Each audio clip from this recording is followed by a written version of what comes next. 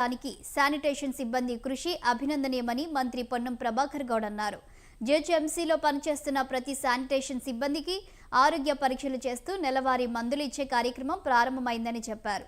ఆరోగ్యాన్ని కాపాడడానికి తీసుకున్న నిర్ణయంలో భాగంగా అందరి జీతాలు పెంచాలనే ఆలోచన ఉందని చెప్పారు. అన్ని గ్రామాల్లో ఇందిరమ్మ ఇల్లు వచ్చాయని, హైదరాబాద్లో స్థలం ఉన్న వారికి ఇందిరమ్మ ఇల్లు మంజూరు చేస్తామన్నారు. సన్నబియ్యం పంపిణీ చేస్తున్నామని చెప్పారు.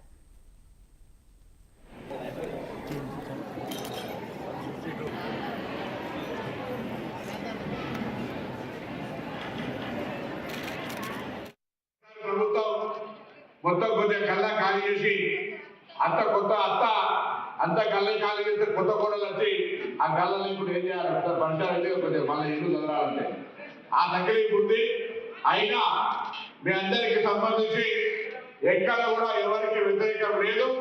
మీ పట్ల పూర్తిగా సానుకూలంగా ఉన్నాం.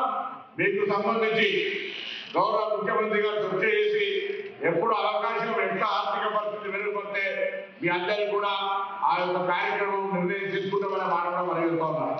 ఇప్పుడే మేయర్ గారు, కలెక్టర్ గారు, జిహెచ్ఎంసీ కమిషనర్ అందరం అనుకుంటా ఉన్నాం. హైదరాబాద్ లో ఇందిరమ్మ ఇల్లు శాంక్షన్ చేయాలి. రాష్ట్రం మొత్తం ఇందిరమ్మ ఇస్తున్నాం. పల్లెటూళ్ళ నుంచి వచ్చిన వాళ్ళు అంటే మీ కొబ్బరికాయలు అక్కడ ఉంటే వాళ్ళకు ఎవరైనా కుటుంబ సభ్యులు ఇందిరమ్మ ఇల్లు అందరూ చూస్తారు.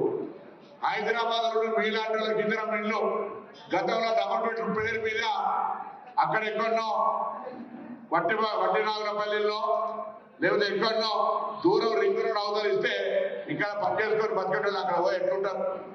అందుకే ఇక్కడ ఎవరైనా మీకు పాత వాళ్ళు హైదరాబాద్ సంబంధించిన కొద్దో గొప్ప జాగుంటే నలుగురు కలిపి జాగుంటే వెంటనే ఇందిరమ్మ ఇల్లు శాంక్షన్ చేసేటువంటి ఆలోచన కూడా ప్రభుత్వానికి ఉందని మనం మీ అందరికీ సొంత ఇల్లు ఇవ్వాలనే ఆలోచన ఉంది ప్రభుత్వానికి. పోయినసారి ప్రభుత్వం